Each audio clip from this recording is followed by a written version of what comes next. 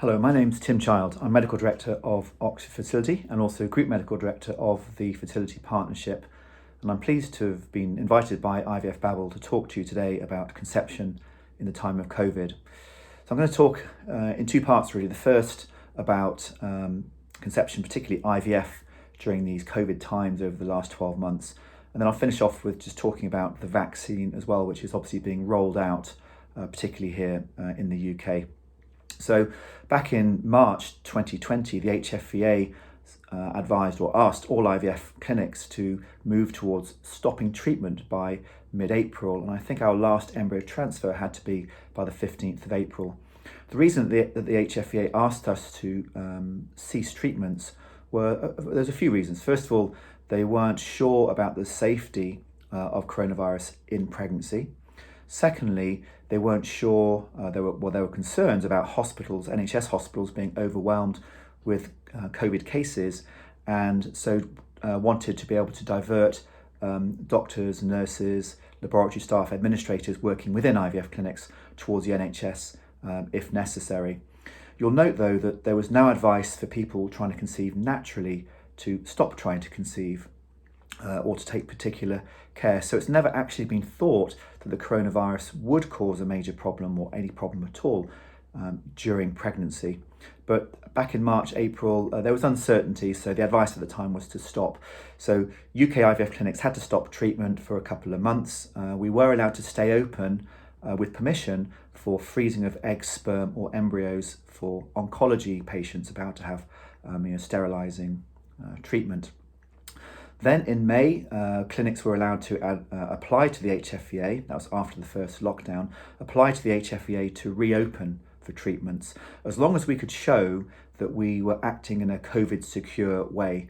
So clinics had to show the HFEA that we had appropriate PPE available for staff, that the distancing of staff and patients was available in the clinics, that the cleanliness was there, and that we were COVID secure. So the vast majority of clinics did open up again within a few weeks of being allowed to. Now, what patients noticed when they came back into the IVF treatment, IVF clinics, was that, for instance, very often partners weren't allowed in for ultrasound scans at all. Patients were also asked often to wait outside the clinic, perhaps just to come in at the time of appointment. And obviously also when coming into the clinic, patients would generally be asked to have their temperature checked, clean their hands, and also the regular questions that we're all used to now regarding any symptoms of COVID. And that pretty much stayed like that during the rest of 2020. Now, for patients who were coming or are coming through for treatment, what advice is there? Well, it's important to obviously minimise the risk of catching coronavirus in the run-up to an IVF treatment cycle. So sometimes patients will say, well, should we be shielding? I guess partly I'm talking about a non-lockdown time here as well. There's no clear advice that patients absolutely need to be shielding before and during an IVF cycle. However, it obviously makes sense to minimise the risk of infection for the patient and her partner. So our advice always is, some of our patients need to continue working. They can't take time off work. It's difficult for them to shield. So what we're saying is absolutely minimise the risks of infection. And the advice that I would give to any patients, and also when I'm talking to our staff, is don't allow yourself to be in a situation where tomorrow you could get a phone call from the NHS track and trace saying that you're now considered to be a contact. So don't allow yourself to be placed that close to someone for that long, that if they turn out to be positive tomorrow, you could become a contact. So the situation now is that with the lockdown that we're in at the moment, the HFEA, you'll notice, haven't told clinics they have to shut down. We are allowed to stay open. Now, some clinics will have closed down, particularly clinics perhaps based within NHS facilities, potentially because their doctors, nurses, lab staff have to be reallocated to help look after COVID patients. Now, one question is, well, what are the risks to women of catching COVID during pregnancy? And if we think back a few years ago to the Zika virus, it was very clear that Zika was a terrible virus to get during pregnancy. There have been a number of cases where women who are pregnant have caught coronavirus, and there does not appear to be any increased risk to the baby if you catch coronavirus during pregnancy. And also, pregnant women do not appear to be at increased risk of complications of coronavirus compared to non-pregnant women, unless they have other underlying health conditions. Now, sometimes patients will ask, well, if I'm coming into treatment and I catch coronavirus, what will happen then? This will vary from clinic to clinic, so I think it is important to speak to your clinic about what would happen if you catch coronavirus, or if your treatment cycle is cancelled because you're a contact of someone else, for instance. And that will vary from clinic to clinic. Many clinics will say that the treatment should be cancelled, so potentially if you've not yet had your egg collection, you might be advised to cancel the treatment cycle at that time and not have egg collection. Some clinics may be in a position to actually allow you to come through for egg collection, even though you have COVID, although that might not be absolutely advisable, and that would be a discussion to have with the clinic team looking after you. Certainly, clinics wouldn't be looking to perform an embryo transfer in someone who is at risk of catching coronavirus. Now, from a financial perspective, again, that is a discussion to have with your clinic. If you're cancelled before egg collection, during the treatment cycle, what happens? Is your treatment cycle just rolled over? Do you lose the whole cycle? Do you lose a proportion of it? The Competition and Markets Authority have actually got a paper online regarding consumer rights and contract rights if things are cancelled because of COVID. The HFEA themselves can't get involved directly in this, but just advise clinics to follow the CMA advice. And certainly for our patients, generally, if they are cancelled during a treatment cycle, we would then roll that over and they would start again once things have settled down. But again, that will vary from clinic to clinic. If you do catch coronavirus, then it is likely you'll be asked to wait probably 28 days after your symptoms have resolved or after the infection has passed before coming through for treatment. And that's just to let your health, to let everything settle down, to give you the optimal chance of treatment in a future treatment cycle.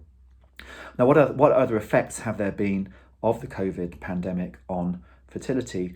Well, certainly for those of you who are looking for NHS funding, sometimes it has made it difficult to get into to access appointments at the NHS fertility clinic, where perhaps the NHS funding form needs to be signed. And so you can be asking your clinic what conversations they've had with your CCG to see whether an extension can be made. And we've been fortunate that a number of our CCGs have actually extended, for instance, the age range on. For patients who live in the Thames Valley, Oxfordshire, Berks and Bucks, they need to have been referred in for NHS IVF before the woman's 35th birthday, very unfairly.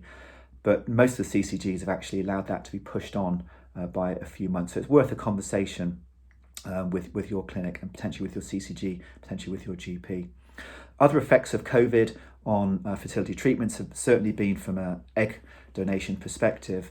So we, like many clinics, have found that our egg donation waiting times have gone up. Now, partly, I guess that's because there may be more patients wanting donor eggs, perhaps because it's less easy, stroke impossible, to travel abroad for treatment now. Historically, many patients who are looking for donor egg treatment might be travelling to the continent or even across to the States. And with the travel restrictions, that's just not possible. So many clinics' waiting times will have gone up for egg donation, but egg, sperm and embryo donation treatments are continuing.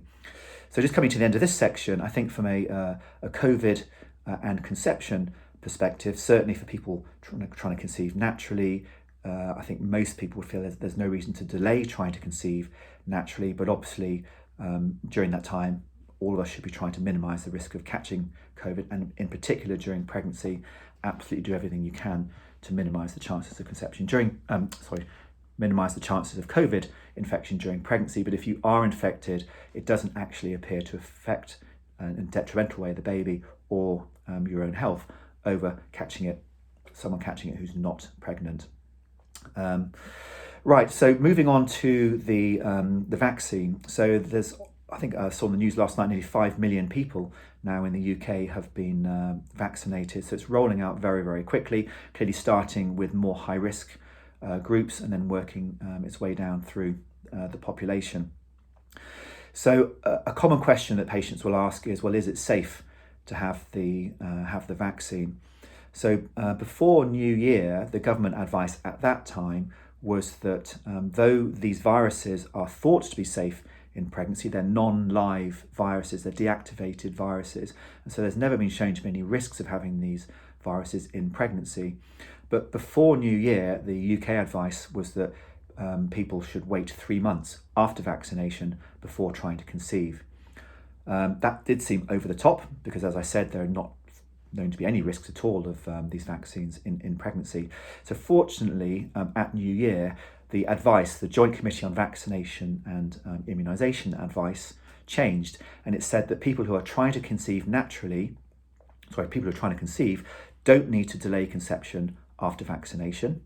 They don't need to do a pregnancy test before having the vaccine. However, even though it is thought to be safe in pregnancy, data is limited, and so the advice is that the vaccine is avoided during pregnancy. The only times when it might be given during pregnancy are if the woman is at very high and unavoidable risk of catching COVID, or is at very high risk of severe health complications if she does catch COVID during pregnancy. Now, realistically, those situations should be pretty unusual. So the advice at the moment is don't have the vaccine during pregnancy. It is thought to be fine to have the vaccine when breastfeeding, so the advice is it's okay to have it during breastfeeding. Now, how about from a fertility treatment perspective? The HFVA have published the JCVI advice on the vaccine and have said, therefore, that there's no problem having the vaccine when trying to conceive, i.e. when having treatment. The European guidelines, the ESHRA guidelines, are slightly more conservative, and they are suggesting that the vaccine should be given before actually starting drug treatment. So I think it's a bit difficult to be sure how long you should wait from the vaccine before having IVF. Certainly the HFVA view is just go ahead and have it. Now, within TFP, we've taken a view that probably ideally have the vaccine before starting drugs for IVF, and ideally perhaps at least 7 days before the egg collection. And that is because the UK advice on gamete donation, so egg or sperm donation, is that it's best to wait at least 7 days after having the vaccine before donating eggs or sperm. So sort of merging everything together, we're thinking probably ideally, if you can have the vaccine before starting any drugs, that's great, and maybe leave it ideally 7 days before egg or sperm production.